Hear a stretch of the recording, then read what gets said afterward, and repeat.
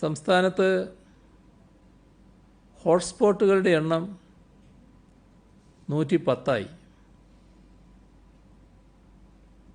Lockdown ലഘൂകരിക്കുകയും മറ്റ് രാജ്യങ്ങളിൽ നിന്നും മറ്റ് സംസ്ഥാനങ്ങളിൽ നിന്നുമുള്ള യാത്ര അനുവദിക്കുകയും ചെയ്തതോടെ കോവിഡ് വ്യാപനത്തിൻ്റെ 3ാം ഘട്ടത്തിലേക്കാണ് കേരളം പ്രവേശിച്ചത്. മെയ് 4 വരെ 3 പേരാണ് മരണമടഞ്ഞിരുന്നത്. ഇപ്പോഴത് 20 വർദ്ധിച്ചിട്ടുണ്ട്. പ്രധാനമായും പുറമേ നിന്നും വന്ന പ്രായാധിക്യമുള്ള മറ്റ് രോഗങ്ങളുള്ളവരാണ് മരണമടഞ്ഞത്. ഇതുവരെയുള്ള നമ്മുടെ ഇടപെടലുകൾ ഫലപ്രദമായതിന് പ്രധാനമായി 3 കാരണങ്ങളാണ് ഉള്ളത്.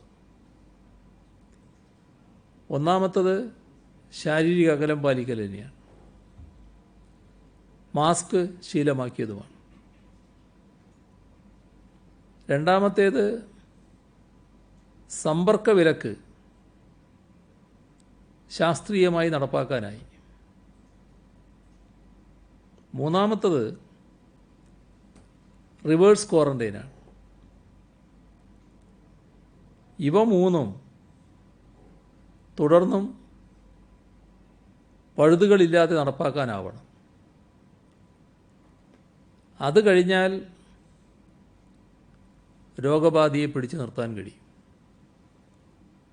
അതിന് കഴിഞ്ഞാൽ മാത്രമേ പിടിച്ചു നിർത്താൻ കഴിയുകയുള്ളൂ എന്നത് നാം ഓർക്കേണ്ടതായിട്ടുണ്ട്.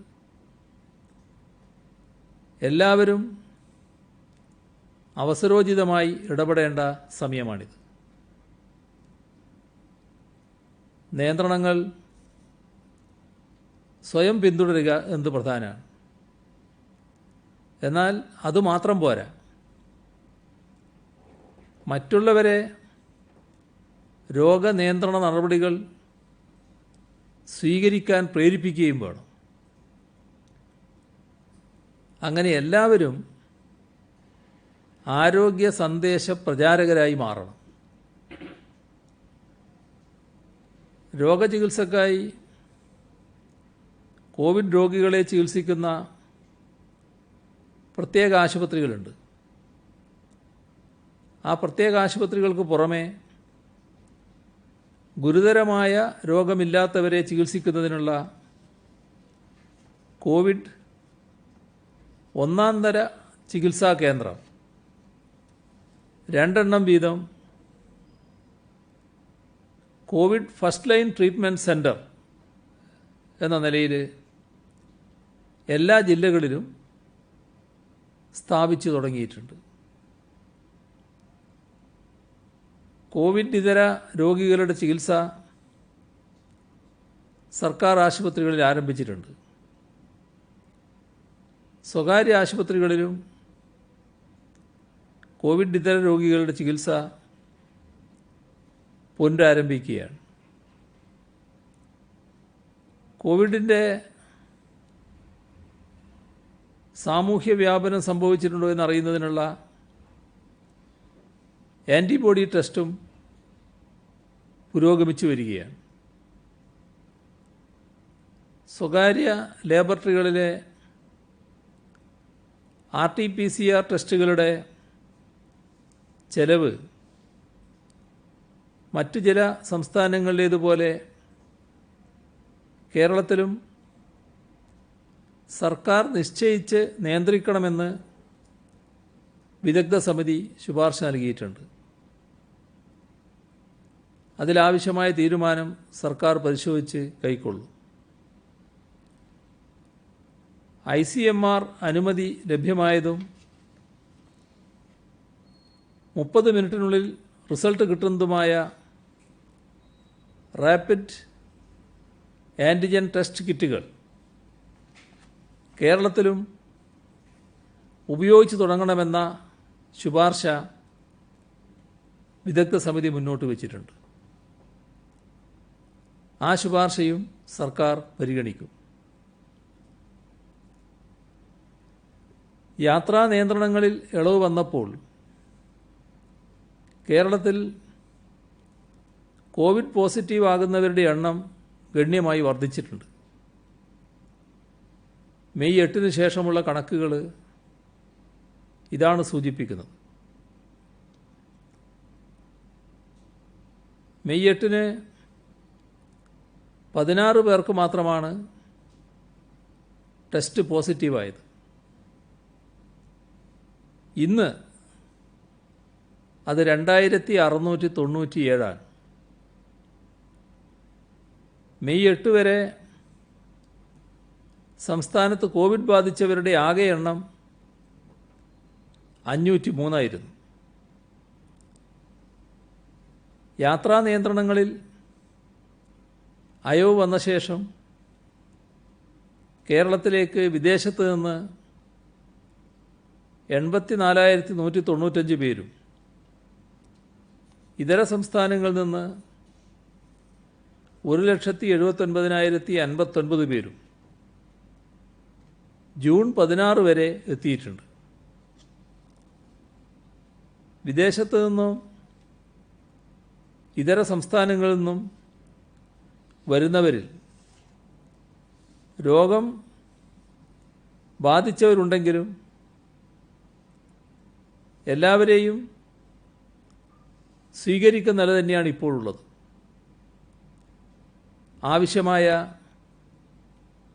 ചികിത്സ നൽകുകയുമാണ്. അതിൽ ഒരു മാറ്റവുമില്ല. അതേസമയം തന്നെ സമ്പർക്കത്തിലൂടെ രോഗം പകരുന്നത്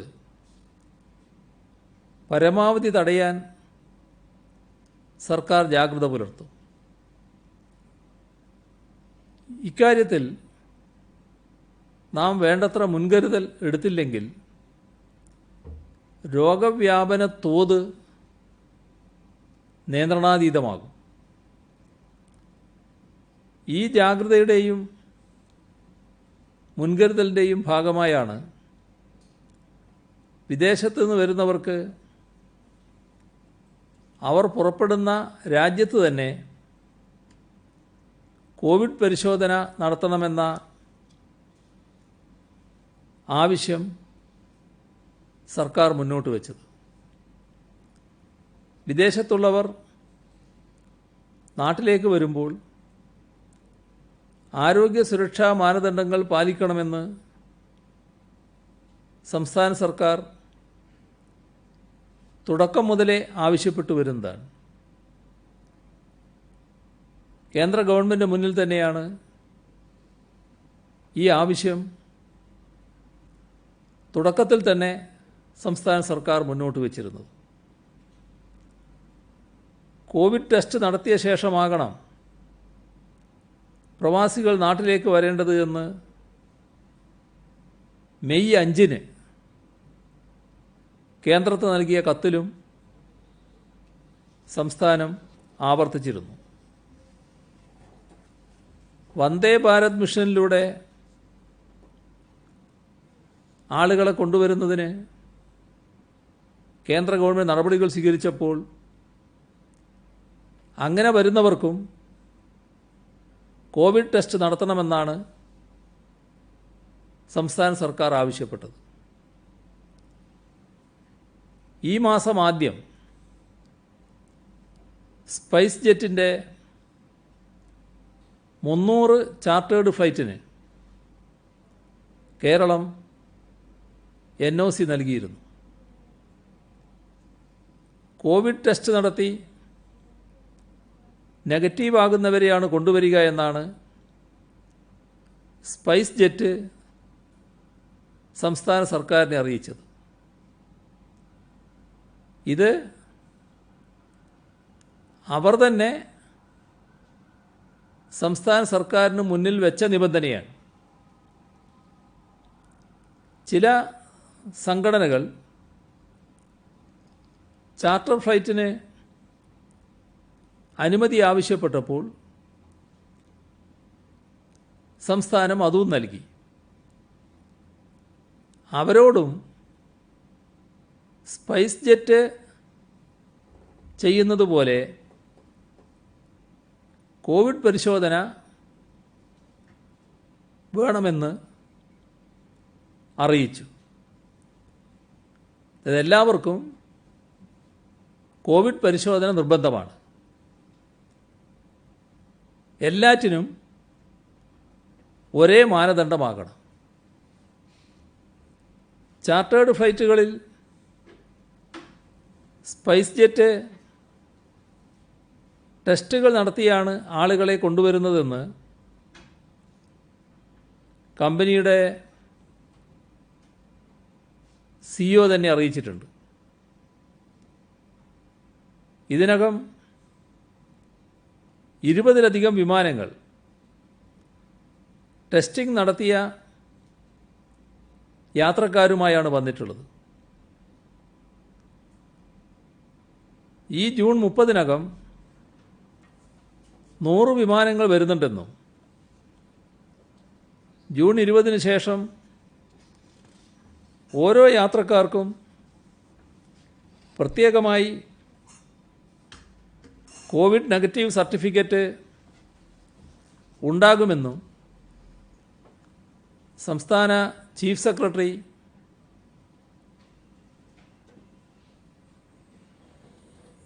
ഈ CMDയോട് സംസാരിച്ചപ്പോൾ അദ്ദേഹം അറിയിക്കുകയുണ്ടായി. സ്പൈസ് ജെറ്റിൻ്റെ CMD തന്നെ സംസ്ഥാന ചീഫ് സെക്രട്ടറിയെ അറിയിച്ച കാര്യമാണ്. യാത്രക്കാർക്ക് PCR ടെസ്റ്റ് നടത്തുന്നതിന് പല രാജ്യങ്ങളിലും പ്രയാസം നേരിടുന്നതായി പ്രവാസികളും അവരുടെ സംഘടനകളും ചൂണ്ടിക്കാണിക്കുന്നുണ്ട്. ഇങ്ങനെ പ്രയാസമുണ്ടെങ്കിൽ, PCR ടെസ്റ്റിന് പ്രയാസമുണ്ടെങ്കിൽ അത്തരം സ്ഥലങ്ങളിൽ ആൻറ്റിബോഡി ടെസ്റ്റ് നടത്താവുന്നതാണ്. ആൻറ്റിബോഡി ടെസ്റ്റിൻ്റെ ഫലം പെട്ടെന്ന് തന്നെ ലഭിക്കും. ട്രൂനാറ്റ് എന്ന പരിശോധനാ സമ്പ്രദായം വ്യാപകമായിട്ടുണ്ട്. ആ പരിശോധനയ്ക്ക് കുറഞ്ഞ ചെലവേ വരും. യാത്രക്കാർക്കും മറ്റും ഏറ്റവും ഉചിതമായ ടെസ്റ്റ് എന്നാണ് അതിനെക്കുറിച്ച് പറയുന്നത്. ഇവിടെ പരമാവധി 1000 രൂപയ്ക്ക് ടെസ്റ്റ് നടത്താവുന്ന കാര്യത്തിന് ചിലയിടങ്ങളിൽ വലിയ തുക ചിലർ ഈടാക്കുന്നു എന്ന റിപ്പോർട്ടുകളുമുണ്ട്. 10,000 രൂപ വരെ ടെസ്റ്റിന് ഈടാക്കുന്ന നിലയുണ്ട് എന്ന പരാതികൾ വരുന്നുണ്ട്. സാധാരണ നിലയ്ക്ക് ഇതൊന്നും ന്യായീകരിക്കാൻ കഴിയുന്ന ഒന്നല്ല. സംസ്ഥാനം ആവശ്യം ഉന്നയിക്കുന്നത് കേന്ദ്ര ഗവൺമെൻറ് മുന്നിലാണ്. അത് വ്യക്തമാണ്. സംസ്ഥാനത്തിൻ്റെ നിലപാട് വ്യക്തമാണ്. രോഗമുള്ളവരെയും ഇല്ലാത്തവരെയും ഇടകലർത്തി ഒരേ വിമാനത്തിൽ കൊണ്ടുവരാൻ പറ്റില്ല. അങ്ങനെ കൊണ്ടുവന്നാൽ അത് വലിയ അപകടമായി മാറും. അപ്പോൾ ഇതുമായി ബന്ധപ്പെട്ട് പരിശോധന സുഗമമാക്കുന്നതിന്, ഇപ്പോൾ പരിശോധനാ സൗകര്യമില്ല എന്ന് പറയുന്ന രാജ്യങ്ങളിൽ എംബസികൾ വഴി ഇന്ത്യ ഗവൺമെൻറ് ആവശ്യമായ ക്രമീകരണങ്ങൾ ഉണ്ടാക്കണം. ഇതാണ് പ്രധാനമന്ത്രിയോട് സംസ്ഥാനം ആവശ്യപ്പെട്ടിട്ടുള്ളത്. പരിശോധനയ്ക്ക് സൗകര്യങ്ങളില്ലാത്ത രാജ്യങ്ങളുണ്ടെങ്കിൽ അത്തരം രാജ്യങ്ങളുമായി ഈ പ്രത്യേക സാഹചര്യത്തിൻ്റെ പ്രാധാന്യം കണക്കിലെടുത്തുകൊണ്ട് കേന്ദ്ര ഗവൺമെൻറ് ബന്ധപ്പെടണം. അങ്ങനെ വന്നാൽ ആവശ്യമായ സൗകര്യങ്ങൾ ഉണ്ടാക്കാൻ കഴിയും. നേരത്തെ ഇറ്റലിയിൽ കുടുങ്ങിപ്പോയവരെ രാജ്യത്തേക്ക് തിരിച്ചു കൊണ്ടുവരേണ്ട ഘട്ടത്തിൽ നമ്മുടെ രാജ്യം അത് ചെയ്തിരുന്നു. അപ്പോൾ ആവർത്തിച്ച് പറയാനുള്ളത്, ചാർട്ടേഡ് വിമാനങ്ങളിലും വന്ദേ ഭാരത് വിമാനങ്ങളിലും വരുന്നവർക്ക് പരിശോധന വേണം എന്ന് തന്നെയാണ്. ഇതാണ് സംസ്ഥാനത്തിൻ്റെ കൃത്യമായ നിലപാട്. ഖത്തറിലെ അംബാസഡർ നമ്മുടെ നിർദ്ദേശത്തോട് പ്രതികരിച്ചിട്ടുണ്ട്. അദ്ദേഹം പറയുന്നത് ഇങ്ങനെയാണ്, അദ്ദേഹത്തിൻ്റെ തന്നെ വാചകമാണ് ഞാൻ ഉദ്ധരിക്കുന്നത്. ഖത്തറിൽ പുറത്തിറങ്ങുന്ന എല്ലാവർക്കും എഹ്തരാസ് എന്ന മൊബൈൽ ആപ്പ് നിർബന്ധമാണ്. അതിൽ ഗ്രീൻ സ്റ്റാറ്റസ് ഉള്ള ആളുകൾ കോവിഡ് നെഗറ്റീവായിരിക്കും. ഈ ഗ്രീൻ സ്റ്റാറ്റസ് ഉള്ളവർക്ക് മാത്രമേ എയർപോർട്ടുകൾ ഉൾപ്പെടെയുള്ള പൊതുസ്ഥലങ്ങളിൽ പ്രവേശനമുള്ളൂ. നിലവിൽ അവിടെ നടപ്പാക്കുന്ന രീതിയാണിത്. അല്ലാത്തവർ പുറത്തിറങ്ങിയാൽ കടുത്ത ശിക്ഷയാണ് അവിടെ. അപ്പോൾ അതുകൊണ്ട് തന്നെ ഖത്തറിൽ നിന്നും വരുന്നവർക്ക് ഈ നിബന്ധന തന്നെ മതിയാകും. വേറെ പരിശോധനയുടെ ആവശ്യമില്ല എന്നാണ് കാണുന്നത്. UAE എയർപോർട്ടുകളിൽ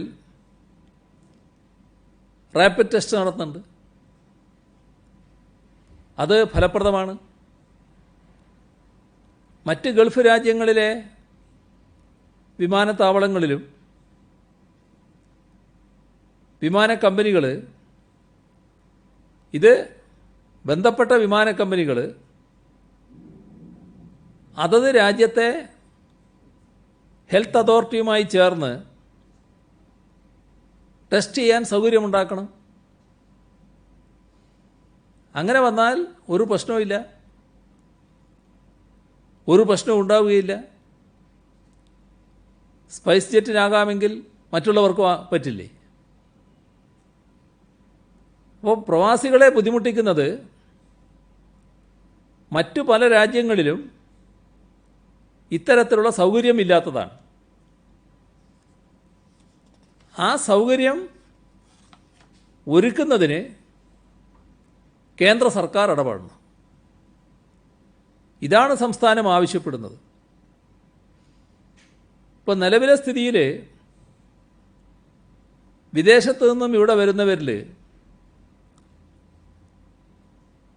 1.5% ആളുകൾ കോവിഡ് പോസിറ്റീവായി കാണപ്പെടുന്നുണ്ട്. യാത്രക്കാരുടെ എണ്ണം സ്വാഭാവികമായും വലിയ തോതിൽ വർദ്ധിക്കും. 2 ലക്ഷത്തിലധികമായി വർദ്ധിക്കാനിടയുണ്ട്. അങ്ങനെ എണ്ണം വർദ്ധിക്കുമ്പോൾ കോവിഡ് പോസിറ്റീവായവരുടെ എണ്ണവും സ്വാഭാവികമായി വർദ്ധിക്കും. ആ സാധ്യത ഒഴിവാക്കാനാവില്ല. ഇപ്പോൾ ഉദ്ദേശം 2% ആളുകൾ കോവിഡ് പോസിറ്റീവ് ആയാൽ അതിൻ്റെ ഭാഗമായി തന്നെ വിദേശത്തുനിന്ന് വരുന്നവരിൽ 4000-ഓളം ആളുകൾ കോവിഡ് പോസിറ്റീവ് ആകും. ഇവരിൽ നിന്ന് സമ്പർക്കം മൂലം കൂടുതൽ ആളുകളിലേക്ക് രോഗം വ്യാപിക്കുകയും ചെയ്യും. അത് കൂടുതൽ വ്യാപനത്തിലേക്ക് കടന്നാൽ സമൂഹ വ്യാപനമെന്ന വിപത്തും സംഭവിച്ചേക്കാം. നമ്മുടെ സംസ്ഥാനത്ത് ഇതുവരെ എത്തിച്ചേർന്നവരുടെയും വിമാനങ്ങളുടെയും കൂടി ചില വിവരങ്ങൾ നാം മനസ്സിലാക്കുന്നത് നല്ലതാണ്. വന്ദേ ഭാരത് മിഷൻ അനുസരിച്ച് 179 വിമാനങ്ങളാണ് വന്നത്. 124 സ്വകാര്യ ചാർട്ടേഡ് വിമാനങ്ങൾ വന്നിട്ടുണ്ട്. ആകെ 303. ജൂൺ 24 വരെ 149 ഫ്ലൈറ്റുകൾ ചാർട്ട് ചെയ്തിട്ടുണ്ട്. വന്ദേ ഭാരത് മിഷന്റെ ഭാഗമായി 171 ഫ്ലൈറ്റുകൾ വരാനുണ്ട്. സ്പൈസ് ജെറ്റിൻ്റെ 100. ഇതായാൽ 420 ഫ്ലൈറ്റുകൾ മൊത്തം വരാനുണ്ട്. ഇന്നലെ വരെ 1366 പോസിറ്റീവ് കേസുകളാണ് നമുക്കുള്ളത്. ഇതിൽ 1246 എണ്ണം, അതായത് 1366-ൽ 1246 വിദേശത്ത് നിന്നും മറ്റ് സംസ്ഥാനങ്ങളിൽ നിന്നും വന്നവർക്കുള്ളതാണ്. മറ്റ് സംസ്ഥാനങ്ങളിൽ നിന്ന് വന്നവരുടെ എണ്ണം 533. വിദേശത്ത് നിന്ന് വന്നവരുടെ എണ്ണം 713. ഇപ്പോൾ വിദേശത്തു നിന്നും വന്ന പോസിറ്റീവായവരുടെ എണ്ണം കണക്കാക്കിയാൽ, ശതമാനക്കണക്കിൽ പറഞ്ഞാൽ, മൊത്തം കേസുകളുടെ 52.19%. വിദേശത്തു നിന്നുള്ള സഹോദരി സഹോദരന്മാരെ ആകെ നാം സ്വാഗതം ചെയ്യുക തന്നെയാണ്. എന്നാൽ അതോടൊപ്പം രോഗവ്യാപനം അവരിലും മറ്റുള്ളവരിലും തടയേണ്ടത് ആവശ്യമാണ്. അതിനുള്ള നിയന്ത്രണങ്ങളാണ് സർക്കാർ നടത്തുന്നത്.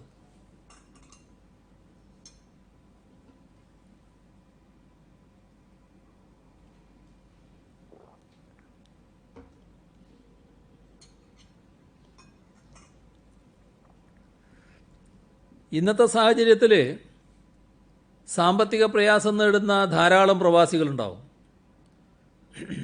അവർക്ക് സൗജന്യമായി ടെസ്റ്റ് നടത്തുന്നതിനുള്ള സൗകര്യം കേന്ദ്ര സർക്കാർ ഏർപ്പെടുത്തുകയാണ് വേണ്ടത്. യാത്ര ആരംഭിക്കുന്ന വിമാനത്താവളങ്ങളിൽ കോവിഡ് പരിശോധനയ്ക്ക് പ്രത്യേക സൗകര്യമുണ്ടാക്കണം.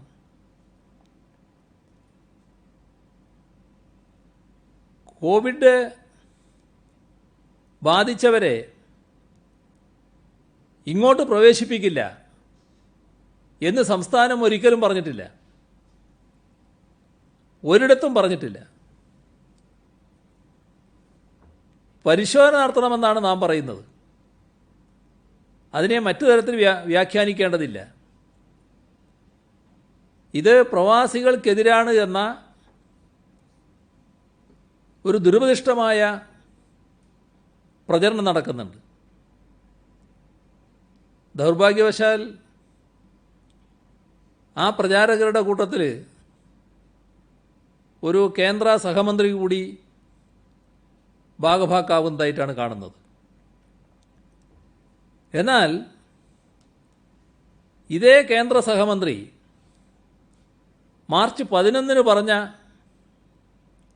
കാര്യം ഓർക്കുന്നത് നല്ലതാണ്. അദ്ദേഹത്തിൻ്റെ തന്നെ വാചകങ്ങളുടെ ഉദ്ധരണി: രോഗമുള്ളവരും ഇല്ലാത്തവരും ഒരേ വിമാനത്തിൽ യാത്ര ചെയ്താൽ രോഗം പകരാം. അതത് രാജ്യങ്ങളിൽ തന്നെ പരിശോധന നടത്തി രോഗമില്ലാത്തവരെ കൊണ്ടുവരികയും രോഗമുള്ളവരെ അവിടെ തന്നെ ചികിത്സിക്കുകയുമാണ് പ്രായോഗികം. ഇത് അന്നത്തെ നിലപാട്. മാർച്ച് 11 ഇപ്പോൾ അതിൽ നിന്ന് നേരെ മാറുന്നു. കേരളം അത്തരമൊരു നിലപാടെടുത്തിട്ടേയില്ല. രോഗമുള്ളവരെയും നാട്ടിലേക്ക് എത്തിക്കാൻ തടസ്സമില്ല എന്ന നിലപാടാണ് കേരളം എടുത്തിട്ടുള്ളത്. പക്ഷേ രോഗമുള്ളവർ മാത്രമായിട്ട് വരണം. രോഗമുള്ളവരും ഇല്ലാത്തവരുമായാൽ രോഗമില്ലാത്തവരിലേക്ക് വ്യാപിക്കുമെന്നത് എല്ലാവർക്കും അറിയാലോ. ഇപ്പോൾ രോഗമുള്ളവരെ അവരുടെ ആരോഗ്യസ്ഥിതി സമ്മതിക്കുന്നുണ്ടെങ്കിൽ പ്രത്യേകമായി കൊണ്ടുവരുന്ന നില സ്വീകരിച്ചാൽ 2 കൈയും നീട്ടി സ്വീകരിക്കാൻ കേരളം തയ്യാർ. ആവശ്യമായ ചികിത്സ ഇവിടെ നമുക്ക് കൊടുക്കുകയും ചെയ്യാം. രോഗമുള്ളവരാകെ അവിടെ തന്നെ കഴിയട്ടെ എന്ന നിലപാട് ഒരു ഘട്ടത്തിലും സംസ്ഥാനം പറഞ്ഞിട്ടില്ല. പരിശോധനയില്ലാതെ വരുന്നത് രോഗവ്യാപനം വർദ്ധിപ്പിക്കുമെന്ന് സംസ്ഥാനം ആശങ്കപ്പെട്ടപ്പോൾ കേന്ദ്ര സഹമന്ത്രി പ്രതികരിച്ചത് എല്ലാവരും കേട്ടതാണ്.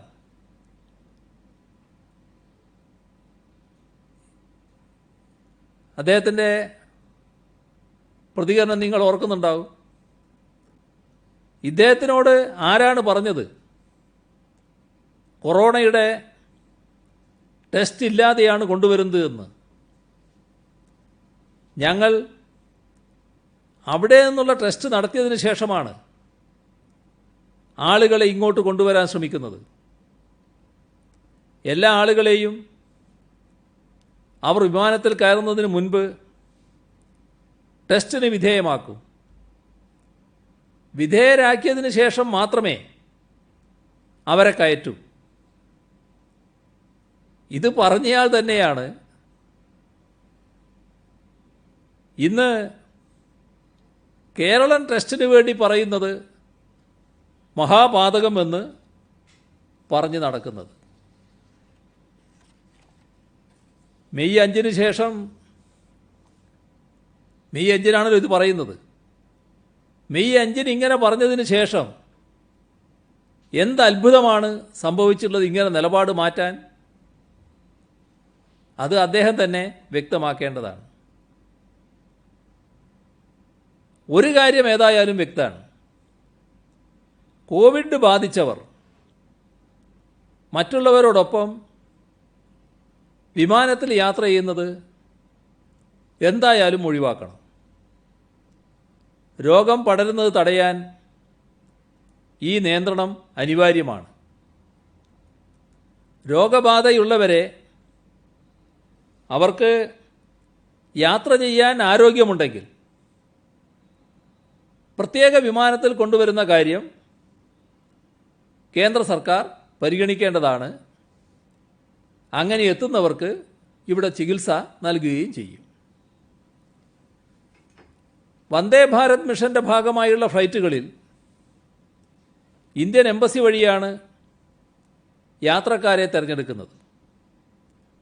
അർഹരായവർക്ക് മുൻഗണന കിട്ടുന്നുണ്ടെന്ന് ഉറപ്പാക്കാൻ എംബസികൾക്ക്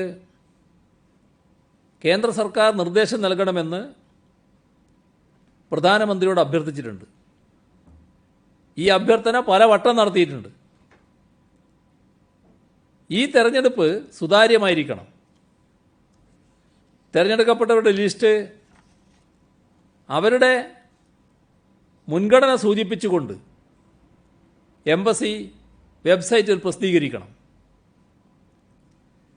യാത്രക്കാരുടെ ലിസ്റ്റിന് അവസാന രൂപമായാൽ വിമാനം പുറപ്പെടുന്നതിന്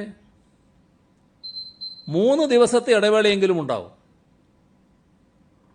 ആ തരത്തിൽ 3 ദിവസത്തെ ഇടവേള ഉണ്ടാവണം. 10 മണിക്കൂറിലേറെ യാത്ര വേണ്ടി വരുന്ന രാജ്യങ്ങളിൽ നിന്ന് ഇങ്ങോട്ട് വരുന്നവർ പലപ്പോഴും ഡൽഹിയിലോ മുംബൈയിലോ ബാംഗ്ലൂരിലോ ഇറങ്ങേണ്ടി വരുന്നുണ്ട്. ഇത്തരം ഫ്ലൈറ്റുകളിൽ കേരളത്തിലേക്കുള്ള യാത്രക്കാർ ധാരാളമാണ്. ഇത് കണക്കിലെടുത്ത് ഈ ഫ്ലൈറ്റുകൾ കേരളത്തിലെ ഏതെങ്കിലും വിമാനത്താവളങ്ങളിലേക്ക് നീട്ടാൻ എയർലൈൻ കമ്പനികൾക്ക് കേന്ദ്ര ഗവൺമെൻറ് നിർദ്ദേശം നൽകണം. ഇതിൻ്റെ തന്നെ മറ്റൊരു ഭാഗം, വിദേശത്തുനിന്ന് പുറപ്പെട്ട് ഡൽഹിയിലോ മുംബൈയിലോ ബാംഗ്ലൂരിലോ ഇറങ്ങേണ്ടി വരുന്ന യാത്രക്കാർ അവിടെ തന്നെ ക്വാറന്റൈൻ ചെയ്യപ്പെടുകയാണ്. അവരവിടെ ക്വാറന്റൈൻ കഴിഞ്ഞ് കേരളത്തിലെത്തിയാൽ വീണ്ടും ഇവിടെ ക്വാറന്റൈനിൽ പോകണം. ഇത്തരം ആളുകളുടെ ക്വാറന്റൈൻ കാര്യത്തിൽ പ്രത്യേക മാനദണ്ഡം രൂപീകരിക്കേണ്ടതാണ്. ഫ്ലൈറ്റുകൾ കേരളത്തിലേക്ക് കൂടി നീട്ടുന്നതാണ് ഏറ്റവും പ്രായോഗികമായിട്ടുള്ള കാര്യം. അതല്ലാതെ വരുന്നുണ്ടെങ്കിൽ ആദ്യം എത്തിച്ചേരുന്ന സ്ഥലത്ത് നിന്ന് 5 ദിവസത്തിനകം കേരളത്തിലേക്ക് ടിക്കറ്റ് ബുക്ക് ചെയ്യുന്നവർക്ക് സ്വന്തം നാട്ടിലേക്ക് വരാനും ഇവിടെ ക്വാറന്റൈനിൽ പോകാനും അനുമതി നൽകണം. ഇതും സംസ്ഥാനം കേന്ദ്രത്തെ അറിയിച്ചിരിക്കുകയാണ്. 10 മണിക്കൂറിലധികം പറക്കേണ്ടി വരുന്ന ദൂരത്തു നിന്നാണെങ്കിൽ വലിയ വിമാനങ്ങൾ യാത്രക്ക് ഉപയോഗിക്കണം. എയർ ഇന്ത്യക്ക് വേണ്ടത്ര വിമാനങ്ങൾ ഒരുക്കാൻ കഴിയുന്നില്ലെങ്കിൽ മറ്റ് കമ്പനികളിൽ നിന്ന് വിമാനം വാടകയ്ക്കെടുക്കുന്ന കാര്യം പരിഗണിക്കണം. നാട്ടിലേക്ക് തിരിച്ചു വരാൻ ആഗ്രഹിക്കുന്നവരിൽ ചെറിയ ശതമാനത്തിന് മാത്രമേ വന്ദേ ഭാരത് മിഷന്റെ ഭാഗമായുള്ള ഫ്ലൈറ്റിൽ വരാൻ കഴിയുന്നുള്ളൂ എന്നത് വസ്തുതയാണ്. ഈ സാഹചര്യത്തിലാണ് ചാർട്ടേഡ് ഫ്ലൈറ്റ് ഓപ്പറേറ്റ് ചെയ്യാൻ പല സ്വകാര്യ വിമാന കമ്പനികളും മുന്നോട്ട് വരുന്നത്. Chartered ഫ്ലൈറ്റിൻ്റെ charge Vande Bharat mission ഫ്ലൈറ്റിൻ്റേതിന് സമാനമായി നിശ്ചയിക്കുന്നതിനാവശ്യമായ നിർദ്ദേശം കേന്ദ്ര സർക്കാർ നൽകണം. ഇതും സംസ്ഥാനം തുടക്കം മുതൽ ആവശ്യപ്പെടുന്നുണ്ട്. കോവിഡ്-19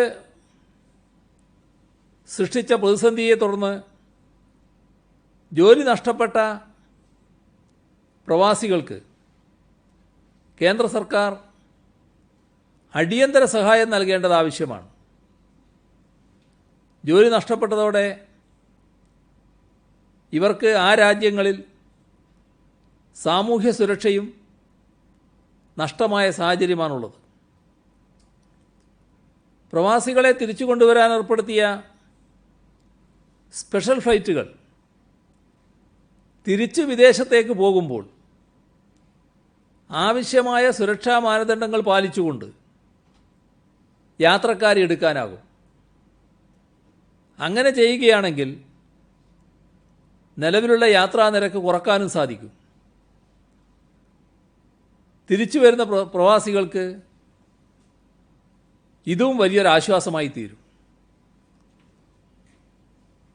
പ്രവാസികൾ വരുമ്പോൾ രോഗബാധ ഉള്ളവരും ഇല്ലാത്തവരും വെവ്വേറെ വരണം.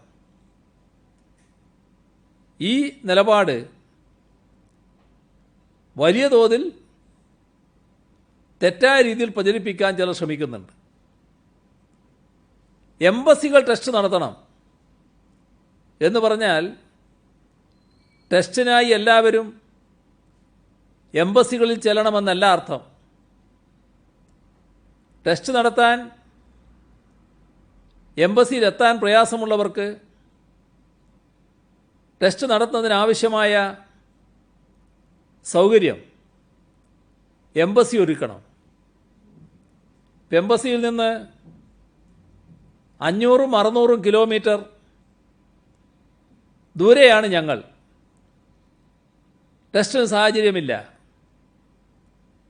ഇത്തരം പ്രചരണങ്ങൾ യഥാർത്ഥത്തിൽ കഴമ്പില്ലാത്തതാണ്. അവർ വിമാനത്താവളത്തിലെത്തണം വിമാനത്തിൽ കയറാൻ. അപ്പോൾ ആവശ്യമായ ടെസ്റ്റിനുള്ള സൗകര്യങ്ങൾ ഒരുക്കാൻ കഴിയുന്നതേയുള്ളൂ. ടെസ്റ്റ് നടത്തണമെന്നത് എയർലൈൻ കമ്പനികളും അംഗീകരിച്ചതാണല്ലോ സ്പൈസ് ജെറ്റിൻ്റെ ഉദാഹരണം വ്യക്തമാക്കുന്നത്. കേരളത്തെ ഏറ്റവും സുരക്ഷിത സ്ഥലമായാണ് ആളുകൾ വിലയിരുത്തുന്നത്. അത് തുറന്നു കൊണ്ടുപോകേണ്ടത് നമ്മുടെ ഉത്തരവാദിത്വം കൂടിയാണ്. ലോകത്തിൻ്റെ നാനാഭാഗത്തുള്ള മലയാളികളുടെയും സുരക്ഷയും നമ്മുടെ ഉത്തരവാദിത്വമാണ്. കോവിഡ് ബാധിച്ചു എന്ന കാരണത്താൽ ആരെയും മാറ്റി നിർത്തുന്നില്ല.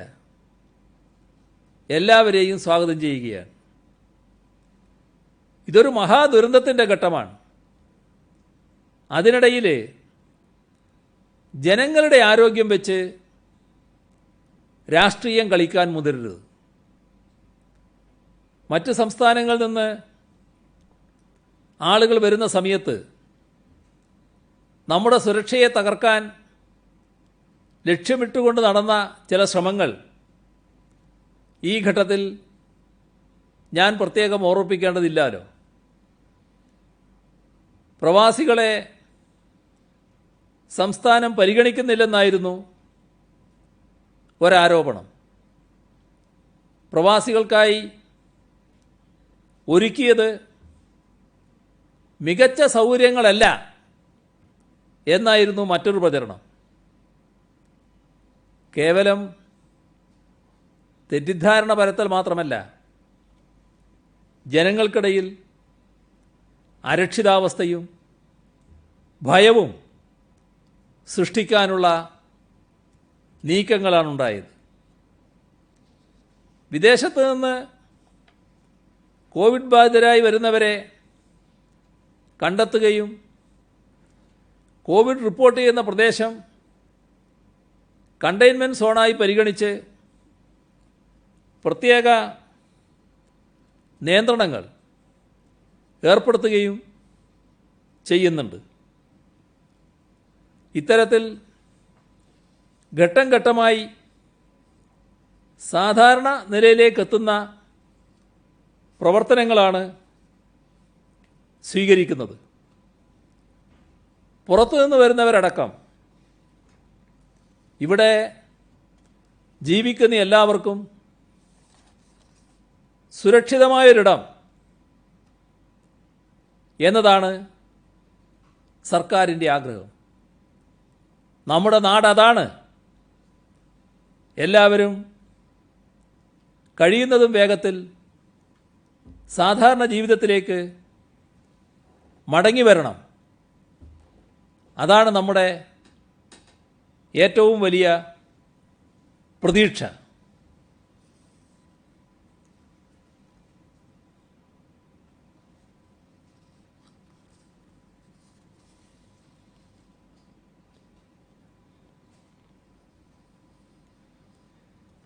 ഇന്ന്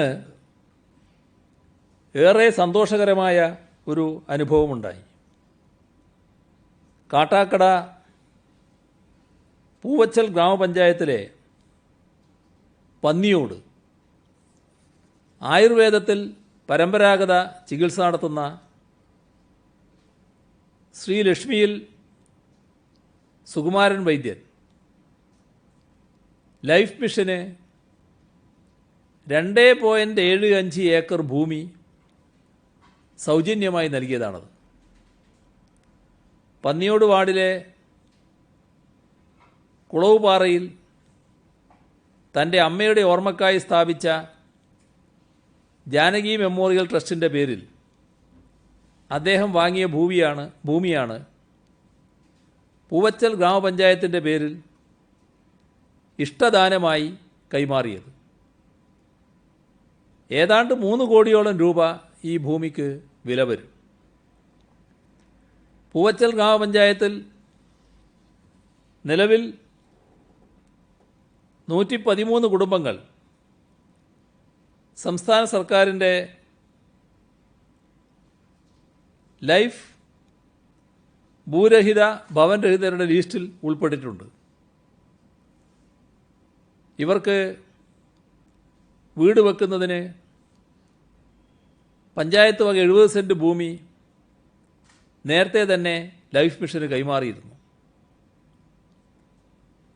ഈ ഭൂമിയിൽ പൂവച്ചൽ ഗ്രാമപഞ്ചായത്തിലെ എല്ലാ ഭൂരഹിത ഭവനരഹിതർക്കുമുള്ള ഭവന സമുച്ചയ നിർമ്മാണം സാധ്യമല്ലാതെ വന്നതിനാലാണ് ഗ്രാമപഞ്ചായത്ത് ഇദ്ദേഹത്തെ സമീപിച്ചത്.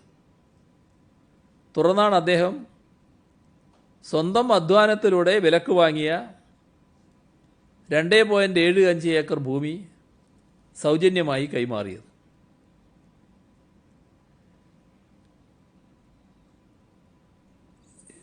കോവിഡ് പശ്ചാത്തലത്തിൽ ഓൺലൈൻ പഠന സഹായം നൽകുന്നതിന് ടിവിയോ സ്മാർട്ട് ഫോണോ ഇല്ലാത്ത കുട്ടികൾക്ക് അയൽപക്ക പഠന കേന്ദ്രങ്ങളിൽ ടി വി സൗകര്യം ഒരുക്കുന്നതിന് വിദ്യാസഹായി പദ്ധതി നടപ്പാക്കാൻ ഉദ്ദേശിച്ചിട്ടുണ്ട്.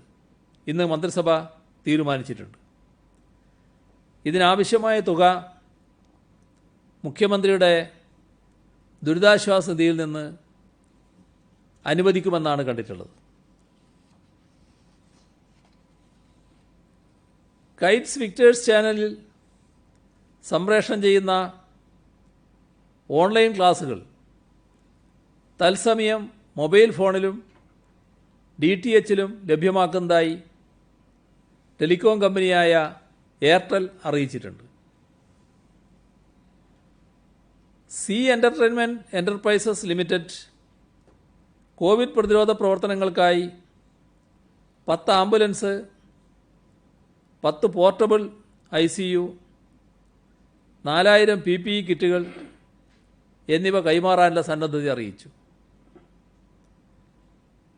MP വീരേന്ദ്രകുമാറിൻ്റെ സ്മരണാർത്ഥം മാതൃഭൂമി വയനാട് ജില്ലയിൽ 84 TV വിതരണം ചെയ്യുന്നതായി അറിയിച്ചു. ഓൾ കേരള ക്രഷർ കോറി സംയുക്ത സമിതി മലപ്പുറം ജില്ലാ കമ്മിറ്റി ദുരിതാശ്വാസ നിധിയിലേക്ക് 1,01,38,001 രൂപ നൽകിയിട്ടുണ്ട്. ദുരിതാശ്വാസ നിധിയിലേക്ക് നൽകിയ മറ്റുള്ളവർ Kaleeswari refinery private limited Chennai 25 ലക്ഷം, ചിന്മയ സേവാ ട്രസ്റ്റ് കേരള ജീവനക്കാരുടെ വീതമടക്കം 20 ലക്ഷം, Kerala private school management association 15 ലക്ഷം, പോപ്സ് ഗ്രാനൈറ്റ് 2ാം ഗഡു 10 ലക്ഷം, ആദ്യ ഗഡുവായി 15 ലക്ഷം കൈമാറിയിരുന്നു. പട്ടികജാതി ക്ഷേമസമിതി സംസ്ഥാന കമ്മിറ്റി 10,11,962 രൂപ, ആറന്മുള ഗ്രാമപഞ്ചായത്ത് 10 ലക്ഷം രൂപ, കേരള കരകൗശല വികസന കോർപ്പറേഷൻ 5 ലക്ഷം, ധനകാര്യ വകുപ്പിൽ നിന്നും വിരമിച്ച ജീവനക്കാരുടെ സംഘടന സായാഹ്ന 4,10,000,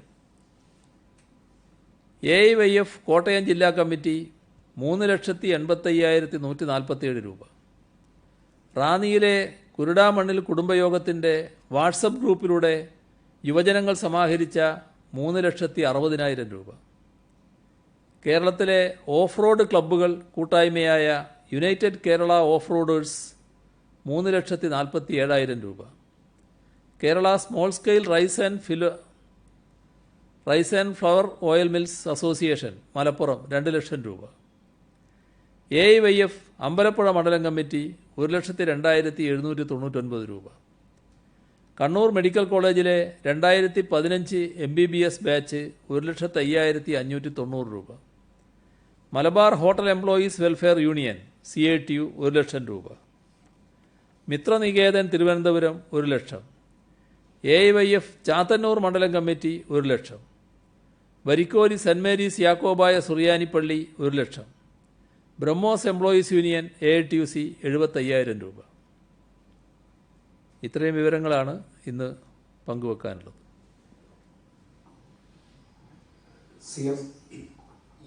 വിദേശങ്ങളിൽ നിന്നുള്ള മലയാളികളുടെ ഇങ്ങോട്ട് വരുന്ന മലയാളികളുടെ പരിശോധനയുടെ കാര്യത്തിൽ ഇപ്പോൾ CM ഖത്തറിൽ നിന്നുള്ള പരിശോധന അവിടുത്തെ ആപ്പ് വഴി ഒഴിവാക്കിയിട്ടുണ്ടെന്ന് പറഞ്ഞു. പക്ഷേ ഇതിൽ മലയാളി സംഘടനകളും പല മലയാളികളും ഉന്നയിക്കുന്ന ഒരു പ്രധാനപ്പെട്ട പരാതി, പലർക്കും ഈ ലോക്ക്ഡൌൺ ആയിട്ട് പല രാജ്യങ്ങളിലും തൊഴിൽ നഷ്ടപ്പെട്ടവരും അതുപോലെ തന്നെ പാവപ്പെട്ട ഒട്ടേറെ ആൾക്കാരുണ്ട്. അവർക്ക് എങ്ങനെയെങ്കിലും ഈ കേരളത്തിലെത്തണം. അപ്പൊ ചില സംഘടനകൾ ഇവർക്ക് ടിക്കറ്റ് എടുത്തു കൊടുക്കാൻ സന്നദ്ധമായിട്ടുണ്ട്. പക്ഷെ ഇത് CM ഇങ്ങനെ പറഞ്ഞെങ്കിലും കേന്ദ്രത്തിൽ നിന്ന് ഇതുവരെ ഒരു പ്രതികരണം വന്നിട്ടില്ല. ഈ എംബസി സഹായിക്കണമെന്നും ഈ പരിശോധനയുടെ കാര്യത്തിലൊക്കെ സഹായിക്കണമെന്ന് പറഞ്ഞിട്ടു. അപ്പൊ ഇവരുടെ കാര്യത്തിൽ ഒരു വലിയ പ്രതിസന്ധിയുണ്ട്. അതുപോലെ തന്നെ ഈ രാജ്യത്തിനകത്തുള്ള ഹോട്ട്സ്പോട്ടുകളിൽ നിന്ന് വിമാനങ്ങളിൽ വരുന്ന ആളുകളുടെ കാര്യത്തിൽ ഇത്തരം ഒരു നിർബന്ധവുമില്ല. അതാണ് ഈ വിദേശത്തുള്ള മലയാളികൾ പറയുന്നത്. ഇതിൽ നമ്മുടെ അനുഭവത്തിൽ ഈ രോഗമുള്ളവരും രോഗമില്ലാത്തവരും ഒന്നിച്ച് യാത്ര ചെയ്യുന്നത് രോഗവ്യാപനം വലിയ തോതിൽ വർദ്ധിപ്പിക്കും. ആ വിമാനത്തിൽ വരുന്ന രോഗമില്ലാത്തവരുടെ ആരോഗ്യവും പ്രധാനം തന്നെയാണ്. അവരെയും കൂടി സംരക്ഷിക്കേണ്ടതായിട്ടുണ്ട്. ഒരു വിമാനത്തിൽ വരുന്ന മുഴുവൻ ആളുകളും രോഗികളല്ല. ചിലപ്പോൾ 1-2 ആളുകൾ ഇതിനകത്ത് രോഗികളായിട്ട് വന്നേക്കാം. അങ്ങനെ വന്നാൽ അതിൻ്റെ ഭാഗമായി ഒരു 30-60 പേർക്ക് അവരുടെ വക തന്നെ ഈ വിമാനത്തിൽ നിന്ന് രോഗവ്യാപന സാധ്യത വരും. ഇതൊഴിവാക്കണമെന്നാണ് സംസ്ഥാന സർക്കാർ കാണുന്നത്. അതിനിതല്ലാതെ വേറെ വഴിയില്ല. അവരെ പരിശോധിക്കുക, ആ പരിശോധനയിലൂടെ കണ്ടെത്തുക. സ്പൈസ് ജെറ്റ് ഈ പരിശോധന നടത്തിയിട്ടുണ്ട്. അങ്ങനെ അവർ കൊണ്ടുവന്നു കഴിഞ്ഞിട്ടുണ്ട്. ഇനിയും കൊണ്ടുവരുന്നത് അങ്ങനെയാണ്. അപ്പോൾ ഈ പറയുന്ന പ്രയാസങ്ങളൊന്നുമില്ല, പരിശോധിക്കാൻ പറ്റും. കേന്ദ്ര ഗവൺമെൻറ് ചില കാര്യങ്ങൾ ചെയ്യേണ്ടതായിട്ടുണ്ട്. ഈ പരിശോധനയ്ക്ക് വേണ്ടി വരുന്ന സൗകര്യങ്ങൾ ഒരുക്കാൻ കേന്ദ്ര ഗവൺമെൻറ് സന്നദ്ധമാകണം. ചില രാജ്യങ്ങളിൽ അതിന് പറ്റുന്നില്ലെങ്കിൽ അതിന് എംബസി മുഖേന നടപടികൾ സ്വീകരിക്കണം. അതാണ് സംസ്ഥാനം ആവശ്യപ്പെടുന്നത്. വന്ദേ ഭാരത് മിഷനിൽ കൂടി ഈ പരിശോധന വേണമെന്നുള്ള നിലപാട് കേന്ദ്രത്തെ അറിയിച്ച അത് പുറത്തു വന്ന സാഹചര്യത്തിൽ ഇന്ന് കേന്ദ്രമന്ത്രി മുരളീധരൻ പറയുന്നത് അങ്ങനെയാണെങ്കിൽ കേരളത്തിലേക്ക് വിമാനം അയക്കാൻ കഴിയില്ല, അത്തരത്തിലൊരു തീരുമാനം എടുക്കേണ്ടി വരും എന്ന് പറയുന്നത്. അപ്പോൾ ഈ പാവപ്പെട്ട ആളുകൾക്ക് ഇങ്ങോട്ട് വരാൻ കഴിയാത്ത സ്ഥിതി വീണ്ടും കൂടുതലാവുകയല്ലേ ചെയ്യുക? അങ്ങനെ ഒരു അതിനോട് എന്താണ് മുഖ്യമന്ത്രിയുടെ പ്രതികരണം? എന്താണ്? അല്ല, ഇത് നേരത്തെ ആവശ്യപ്പെട്ട കാര്യമാണല്ലോ. നേരത്തെ ആവശ്യപ്പെട്ടു. വന്ദേ ഭാരത് മിഷന്റെ ഘട്ടത്തിലും ഈ ആവശ്യം ഉന്നയിച്ചിരുന്നു. ആ ആവശ്യം കേന്ദ്ര ഗവൺമെൻറ് അംഗീകരിച്ചില്ല എന്നത് ദൗർഭാഗ്യകരമായൊരു കാര്യമാണ്. ഞങ്ങൾ ആ ആവശ്യത്തിൽ തന്നെ ഉറച്ചു നിൽക്കുകയാണ്. ആ ആവശ്യം അംഗീകരിക്കണം എന്നുള്ളത് തന്നെയാണ്.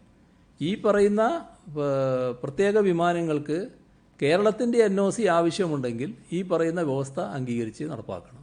ഇതാണ് ഞങ്ങൾ പറയുന്നത്. ഈ വിമാനം അയക്കില്ല എന്നൊരു നിലപാട് ശരിയാണോ? അങ്ങനെയാണ് കേന്ദ്രം എടുക്കുന്ന ഈ സമീപനം. അതായത് നമ്മൾ ടെസ്റ്റ് വേണമെന്ന് ആവശ്യപ്പെടുന്നു, അത് സമ്പർക്കം ഉണ്ടാകാതിരിക്കാനാണ്. എന്നാൽ വിമാനം ഇങ്ങോട്ട് വിടണമെങ്കിൽ ഈ നിബന്ധന ഉണ്ടെങ്കിൽ വിമാനം വിടില്ല എന്ന് പറയുന്ന നിലപാടിനോട് യോജിക്കുന്നു. അല്ല, നേരത്തെ ഞങ്ങൾ ഈ നിബന്ധന പറഞ്ഞില്ലല്ലോ. നിരന്തര വിമാനം വന്നുകൊണ്ടിരിക്കുകയല്ലേ. അദ്ദേഹത്തിന് കാര്യങ്ങൾ ശരിക്കും പിടികിട്ടുന്നില്ല എന്നാണ് തോന്നുന്നത്. അതിന്റെ ഭാഗമാണ്. മറ്റ് സംസ്ഥാനങ്ങളൊന്നും ഈ ഒരു നിലപാട് പറഞ്ഞിട്ടില്ലെന്നാണ് കേന്ദ്രം പറയുന്നത്. ആ ഒരു ഘട്ടത്തിൽ കേന്ദ്രം ഇക്കാര്യത്തിൽ നമ്മുടെ ആവശ്യം, അന്ന് പ്രധാനമന്ത്രി കത്തയച്ചിട്ടും അനുകൂല നിലപാട് ഇല്ലാത്ത ദിവസങ്ങളായി. അപ്പൊ ആ ഒരു ഘട്ടം വരുമ്പോൾ 20-ന് ശേഷം പ്രവാസികൾക്ക് വരാൻ പറ്റാത്തൊരു ദയനീയമായ സ്ഥിതിയിലേക്കല്ലേ പോകുന്നത്? എങ്ങനെ പറ്റും? 300 വിമാനം സ്പൈസ് ജെറ്റ് ഈ കണ്ടീഷൻ വെച്ചല്ലേ അംഗീകരിച്ചത്. ഞങ്ങൾ അങ്ങോട്ട് പറഞ്ഞ കണ്ടീഷനല്ലല്ലോ, അവർ ഇങ്ങോട്ട് പറഞ്ഞതല്ലേ. അവർ ഞങ്ങളുടെ മുന്നിൽ തന്നെ പറയുകയാണ് ഞങ്ങൾ ഈ ടെസ്റ്റ് നടത്തിക്കൊണ്ട് കൊണ്ടുവരാമെന്ന്. ഇപ്പോൾ ചോദിക്കുമ്പോൾ അവരതേ നിലക്ക് തന്നെ കൊണ്ടുവന്നിരിക്കുന്നു. അങ്ങനെ തന്നെയാണ് ഇനിയും കൊണ്ടുവരുന്നതെന്ന് പറയുന്നു. എന്താണ് അതിൽ പ്രശ്നം? ഇത് വെറുതെ ഉണ്ടാക്കുന്നൊരു പ്രചരണമല്ലേ. നമ്മുടെ കേരളത്തിലേക്ക് മറ്റ് സംസ്ഥാനങ്ങളിൽ നിന്ന് ആളുകൾ വരുമ്പോൾ വാഴക്കൊല എടുത്തു പോയ ആളുകളെ നമ്മൾ കണ്ടിട്ടില്ലേ? അതിൻ്റെ ഒരു ഭാഗമല്ലേ ഇത്? അത്തരത്തിലുള്ളൊരു പ്രചരണത്തിൻ്റെ ഭാഗമല്ലേ, മറ്റെന്താണ്? സ്പൈസിനെ പോലെ എല്ലാവരും ആ രീതിയിലേക്ക് വരണം. ചിലപ്പോൾ ചില സംഘടനകളൊക്കെ പിരിവെടുത്തും മറ്റുമൊക്കെ ആയിരിക്കും പെട്ടെന്ന് ഒരു ചാർട്ടർ വിമാനം ഏർപ്പാടാക്കുക. അവിടെ നിന്ന് പെട്ടെന്ന് ചില രാജ്യങ്ങളിൽ സൗകര്യം ഇല്ലാതിരിക്കുകയും നമ്മൾ ഈ പറയുന്ന പോലെ ട്രൂനാറ്റ് ഒക്കെ ചില രാജ്യങ്ങളിൽ ഇല്ലാതിരിക്കുകയും ചെയ്യുന്ന സമയത്ത് അവർക്ക് വരാൻ പറ്റാത്തൊരു സ്ഥിതിയിലേക്ക് വരില്ലേ? ട്രൂനാറ്റ് കേന്ദ്ര ഗവൺമെൻറ് നൽകണം. കേന്ദ്ര ഗവൺമെൻറ് മുഖേന നൽകാൻ കഴിയും, അത് നൽകണം. ഇപ്പോൾ സംസ്ഥാനത്തിന് ആവശ്യമായത് കേന്ദ്രമല്ലേ നൽകുന്നത്, അതുപോലെ അത് നൽകാൻ തയ്യാറാവണം. ഇവിടെ പ്രശ്നം എന്താ? നിങ്ങൾ രോഗിയെയും രോഗമില്ലാത്തവരെയും ഒന്നിച്ചു കൊണ്ടുവന്ന് രോഗവ്യാപന സാധ്യത ഉണ്ടാക്കണമെന്നുള്ളതാണ്. ആ രോഗവ്യാപന സാധ്യത ഉണ്ടാക്കരുത്, ഇതാണ് സംസ്ഥാനം പറയുന്നത്. അതിൽ സംസ്ഥാനം ഉറച്ചു നിൽക്കുക തന്നെയാണ്. ഇന്ന് ഈ പ്രധാനമന്ത്രിയുമായിട്ട് ഇന്നലെയും ഇന്നുമായിട്ട് നടത്തിയ ചർച്ചയിൽ ഈ വിഷയം ഉയർന്നു വന്നിട്ടുണ്ടോ? മറ്റേതെങ്കിലും സംസ്ഥാനം ഈ ഇത്തരം കാര്യങ്ങൾ ആവശ്യപ്പെടുക മറ്റോ ചെയ്തിട്ടുണ്ടോ? പ്രധാനമന്ത്രിയുമായിട്ടുള്ള ചർച്ച എന്ന് പറയുന്നത് മറ്റ് സംസ്ഥാനങ്ങൾ മറ്റു കുറേ കാര്യങ്ങൾ ഉന്നയിച്ചിട്ടുണ്ട്. ഇത്തരം ചില പ്രശ്നങ്ങളും സ്വാഭാവികമായിട്ടും അതിൽ ഉന്നയിക്കപ്പെട്ടിട്ടുണ്ട്. പക്ഷേ ഇത്ര വ്യക്തമായി കാര്യങ്ങൾ വന്നിട്ടില്ല എന്നാണ് തോന്നുന്നത്. കൂടുതൽ മലയാളികളുള്ള സൗദി അറേബ്യയിൽ ട്രൂനാറ്റുമായി ബന്ധപ്പെട്ട് ചില പ്രശ്നങ്ങളുണ്ട്. കാരണം മിക്ക ആശുപത്രികളിലും ട്രൂനാറ്റ് ഇല്ല. ഇനി ട്രൂനാറ്റിന്റെ മെഷീൻ കൊണ്ടുവന്നാൽ അത് ഇൻസ്റ്റാൾ ചെയ്യാൻ ഒരാഴ്ചയോളം എടുക്കുമെന്ന് ആശുപത്രി അധികൃതർ പറയുന്നുണ്ട്. ഈ 20-ാം തീയതിക്ക് ശേഷം വരേണ്ട കുറേ വിമാനങ്ങളുണ്ട്. ഇനിയിപ്പോ നമ്മളങ്ങനെ തീരുമാനമെടുത്താൽ ആ വിമാനങ്ങൾ വരുന്നത് അനിശ്ചിതത്വത്തിലാവില്ലേ? ഇതിന് ആശുപത്രികളിലൊന്നും പോകേണ്ട കാര്യമില്ല എന്ന്. ആശുപത്രികളല്ലാതെ തന്നെ ഈ പറയുന്ന ടെസ്റ്റ് നടത്താൻ പറ്റും. അതിനുള്ള സൗകര്യങ്ങൾ കേന്ദ്ര ഗവൺമെൻറ് ഉണ്ടാക്കണമെന്ന് മാത്രമല്ല, ആ രാജ്യം ചെയ്യുന്നില്ലെങ്കിൽ നമ്മൾ ചെയ്യണം. നമ്മൾ അതിനുള്ള നടപടികൾ സ്വീകരിക്കണം, അല്ലെങ്കിൽ വിമാന കമ്പനികൾ ചെയ്യണം. നേരത്തെ ചോദിച്ചത് ഈ ട്രെയിനുകളിൽ ബോംബെയിൽ നിന്ന് വരുന്ന ലോകമാന്യ തിലകിനൊന്നും ഈ ഒരു പ്രശ്നമില്ല. ഫ്ലൈറ്റിനേക്കാൾ കൂടുതൽ ആളുകൾ വരുമ്പോൾ അവർക്ക് കോവിഡ് സർട്ടിഫിക്കറ്റ് വേണ്ട എന്നുള്ള ഒരു പ്രശ്നം വരുമ്പോൾ വിമാനത്തിൽ മാത്രം നിർബന്ധം, ആ ഒരു വാദം കൂടി ചിലർ ഉന്നയിക്കുന്നത്. അതെ, ഈ വിമാനം ഇവിടെ വരുന്നതിന് ഈ പറയുന്ന കണ്ടീഷൻ ബാധകമാണ് എന്ന് തന്നെയാണ് ഞങ്ങൾ പറയുന്നത്. അത് എന്തുകൊണ്ടാണ്?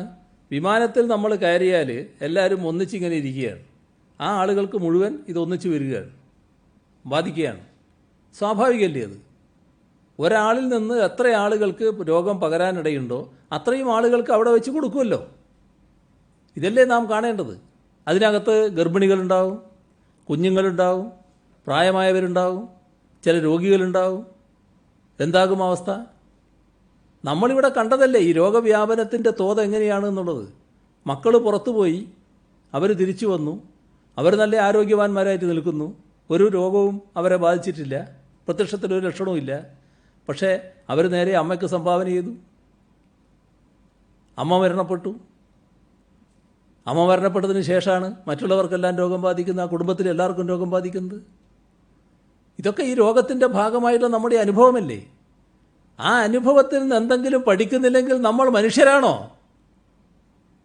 ഈ നാട്ടിലുള്ള ആളുകളെ മാത്രമല്ല വരുന്ന ആളുകളെയും സംരക്ഷിക്കാനുള്ള ബാധ്യത നമുക്കില്ലേ? ആ ഉത്തരവാദിത്തത്തിൽ നിന്ന് മാറി നിൽക്കാൻ നമുക്ക് സാധിക്കുമോ? അപ്പോൾ അതിൻ്റെ ഭാഗമായി കേന്ദ്ര ഗവൺമെൻറ് ചെയ്യേണ്ട കാര്യങ്ങൾ കേന്ദ്ര ഗവൺമെൻറ് ചെയ്യണം. ഇതൊന്നും ഏതെങ്കിലും തരത്തിൽ തർക്കിച്ച് തീർക്കേണ്ട ഒരു കാര്യമല്ല. ഇന്നത്തെ ആവശ്യമെന്ത് എന്നറിഞ്ഞുകൊണ്ട് നടപടികൾ സ്വീകരിക്കുകയാണ് വേണ്ടത്. പ്രധാനമന്ത്രിയുമായിട്ടുള്ള ചർച്ചയിൽ മറ്റ് സംസ്ഥാനങ്ങളും കേരളത്തിന് സമാനമായ ആവശ്യങ്ങൾ ഉന്നയിച്ചു എന്ന് പറഞ്ഞില്ല. ഏതെല്ലാം സംസ്ഥാനങ്ങളാണ് പ്രധാനമായും ഈ ആവശ്യം ഉന്നയിച്ചത്? നമുക്ക് നാളെ എടുക്കാം മറ്റു കാര്യങ്ങൾ, ഇപ്പോൾ തൽക്കാലം അവസാനിപ്പിക്കാം.